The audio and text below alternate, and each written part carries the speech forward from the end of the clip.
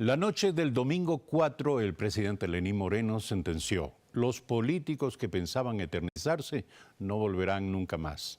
En relación al triunfo del sí en la pregunta 2 del referendo y consulta popular, que revirtió las enmiendas constitucionales de 2015 y puso fin a la reelección indefinida.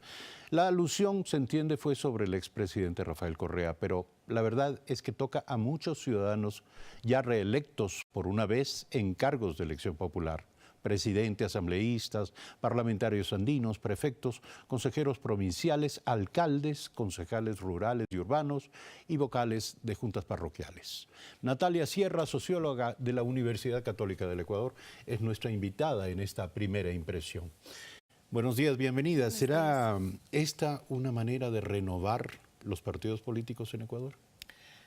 Puede abrir la posibilidad de renovar. No necesariamente la suspensión de la reelección indefinida permite renovar. Es una puerta, abre una puerta, ¿no? Porque no depende solo de la norma, que desde mi punto de vista es correcta, porque tenemos que tomar en cuenta la cultura política del país. Es decir, en sí mismo no puede decirse si está bien o está mal, digamos, la norma de reelección o no reelección indefinida, porque tiene que asentarse en contextos culturales y políticos e históricos específicos. En el caso de Ecuador, usted dice que no me parece corresponde a la cultura política. Que no me parece que es correcto esto, porque tenemos una cultura política ligada a estas formas caudillistas de ejercicio de la política. Por eso en este país no es bueno que exista la reelección indefinida, ¿no es cierto? Independientemente de las personas que quieran perpetuarse o no en el poder, como cultura política estamos de alguna manera todavía acostumbrados a esta imagen del caudillo, del Mesías, y por eso no es bueno. Ahora,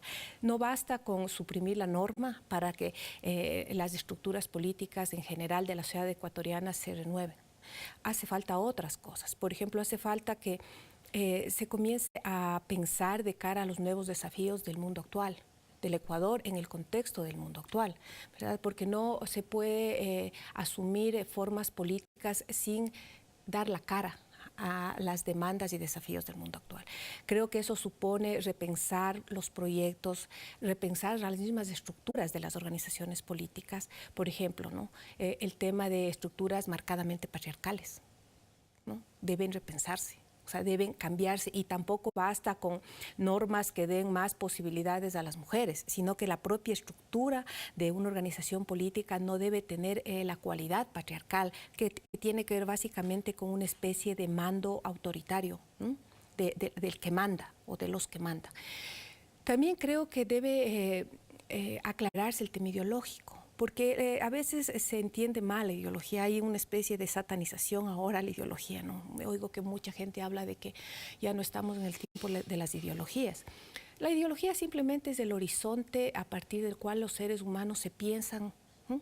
Se conciben y piensan su futuro común, o sea, como las normas básicas, que debe tener toda organización política. O sea, tiene que tener claro cómo piensa la sociedad en la que vive, cómo piensa la política y lo político, y cómo se ve proyectada en el futuro como organización.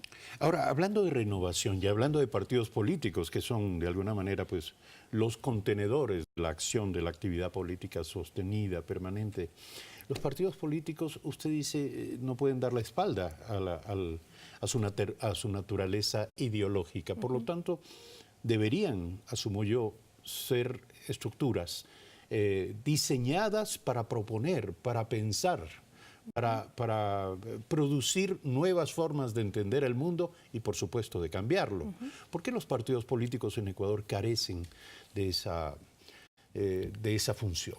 Justamente creo que una de las debilidades de la estructura de partidos políticos en el país ha sido que todavía estamos marcados por estas formas coloniales caudillescas y populistas en el peor sentido de la palabra, ¿no? El populismo. Y entonces se vuelven casi como aparatos electorales en muchos casos, y no se centran a mirar esto, a mirar cómo quieren caminar en la sociedad. Pero ahí hay una contradicción, de hecho. Los partidos políticos se organizan para participar en la democracia. Claro. Sin embargo, la democracia no llega a los partidos. Ese es el problema, porque los partidos deben organizarse para, de alguna manera, vehiculizar las demandas sociales, dependiendo de su horizonte ideológico, de su proyecto político.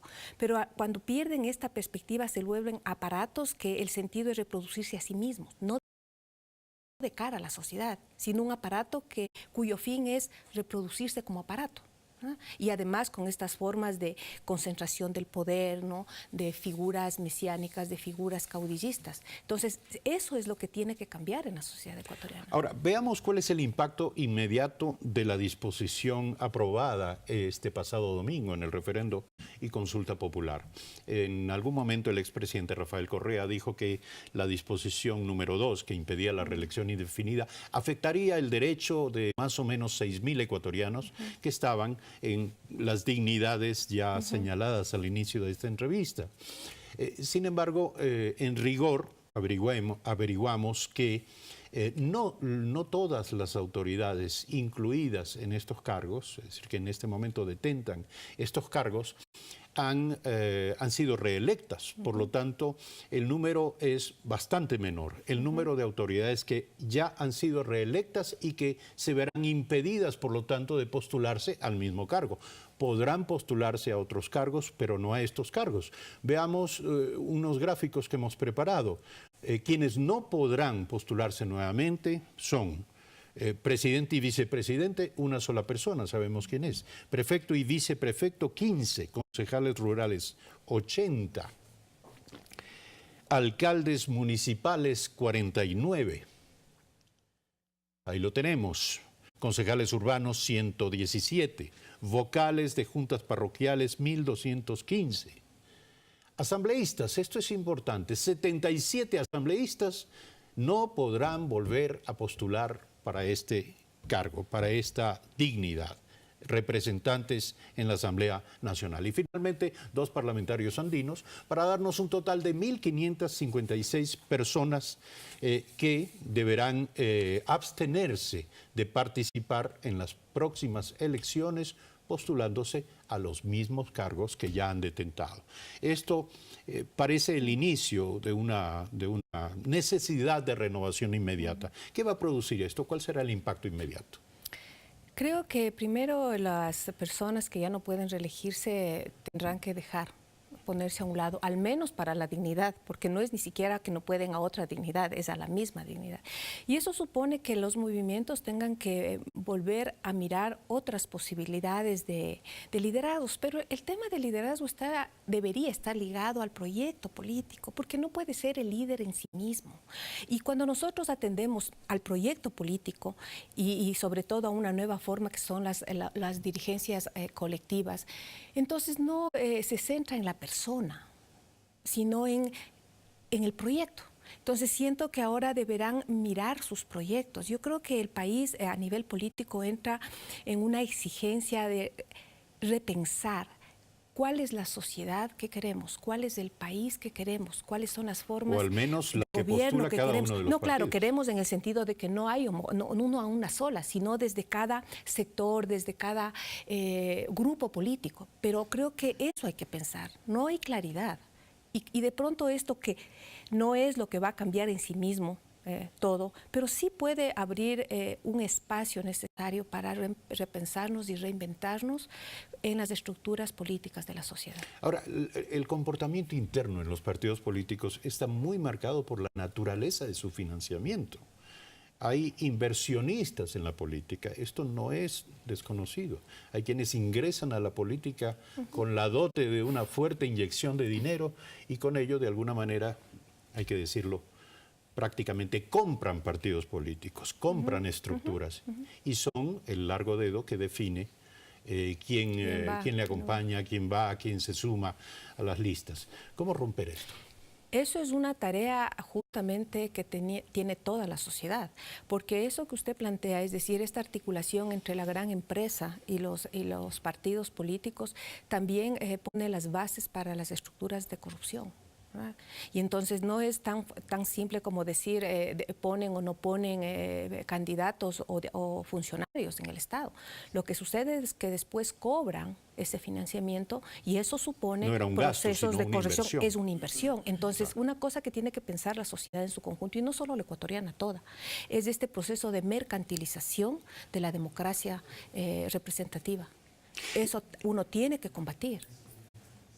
¿Es utópico creer, para finalizar este diálogo, que los partidos políticos en Ecuador puedan ser estructuras independientes, incluso al punto de ser críticos con el gobierno que contribuyeron que promovieron y contribuyeron a llevar al poder?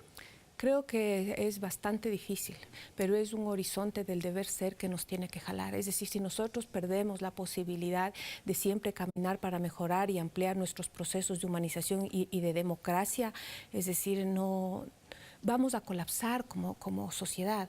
Es difícil, pero creo que siempre debe estar como un horizonte al que tenemos que llegar. No sé si llegaremos, pero al menos caminamos siempre mejorando, porque no puede ser que mantengamos estas prácticas que no son solo de estos últimos 10 años. Yo quiero decir, a veces parece que ha sido estos últimos 10 años. No, hay una historia en este país donde grupos que han llegado a gobernar, las élites gobernantes, han terminado dando las espaldas a la sociedad. Es la historia de este país y creo que es un momento, y ojalá sea este, de poner un límite a esto, de parar y ponernos a pensar cómo reconstruirnos ciertamente de formas democráticas. Muchísimas gracias por aceptar la invitación a este programa. Las disposiciones de la pregunta 2, que ganó, evidentemente, en la que ganó el sí, plantean un comienzo en la renovación. Pero, como hemos visto con nuestra invitada de esta mañana, la renovación significa muchísimo más. 7 de la mañana, 16 minutos, hacemos una breve pausa y regresamos.